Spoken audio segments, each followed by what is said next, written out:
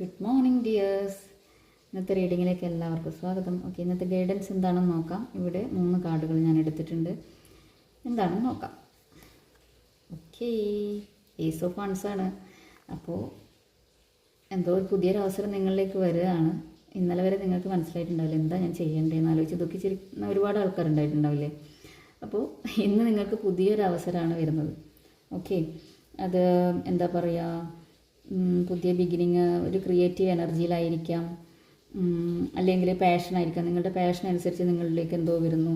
അതുപോലെ തന്നെ നിങ്ങൾ ഉറച്ചൊരു തീരുമാനം എടുക്കുന്നതായിരിക്കാം.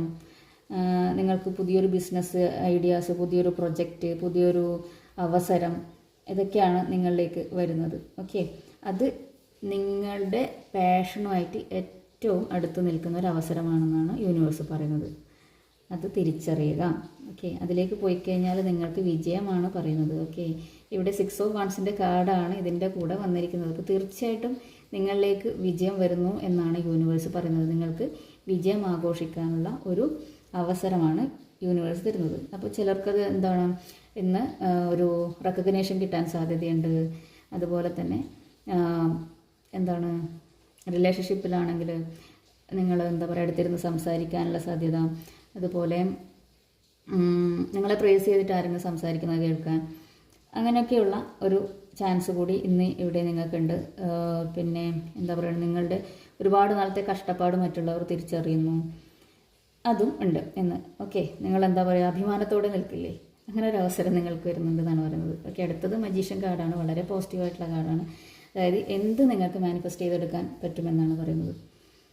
ഇൻഫിനിറ്റായിട്ട് നിങ്ങൾക്ക് മാനിഫെസ്റ്റ് ചെയ്ത് എടുക്കാനുള്ള എല്ലാ ബ്ലെസ്സിങ്സും ഉള്ള ഒരു എനർജിയാണ് ഇവിടെ കാണുന്നത്. അത് നിങ്ങൾക്ക് സാമ്പത്തികമായിട്ടായിക്കോട്ടെ, ഇനി കരിയറിലായിക്കോട്ടെ, എന്താ പറയുക, നിങ്ങളുടെ റിലേഷൻഷിപ്പിലായിക്കോട്ടെ, എന്തിലായാലും നിങ്ങൾക്ക് വിജയിക്കാനുള്ള മാനിഫെസ്റ്റേഷൻ നടത്തിക്കഴിഞ്ഞാൽ നിങ്ങൾക്കത് ലഭിക്കുമെന്നാണ് പറയുന്നത്. അപ്പോൾ മണി മാനിഫെസ്റ്റേഷനൊക്കെ ഞാൻ പറഞ്ഞു തന്നിട്ടുണ്ട്.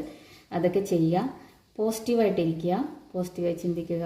നിങ്ങളിലേക്ക് വളരെയധികം പോസിറ്റീവായിട്ടുള്ളൊരു എനർജി നിങ്ങളിലേക്ക് വരുന്നു. മാനിഫെസ്റ്റ് ചെയ്യുക. ഈ ഒരു എനർജിയെ നിങ്ങൾ സ്വന്തമാക്കുക. നിങ്ങൾക്ക് വിജയം ഉറപ്പാണ്. ഓക്കെ, ബ്ലെസ്ഡ് ആണ് നിങ്ങളെല്ലാവരും. അപ്പോൾ പോസിറ്റീവായിരുന്നാൽ മാത്രം മതി. പോസിറ്റീവായിരിക്കുക, പോസിറ്റീവായിട്ടുള്ള കാര്യങ്ങൾ ചെയ്യുക, പോസിറ്റീവായി ചിന്തിക്കുക. ഓക്കെ, ഇതാണ് ഇന്നത്തെ reading. Have A nice day. Thank you.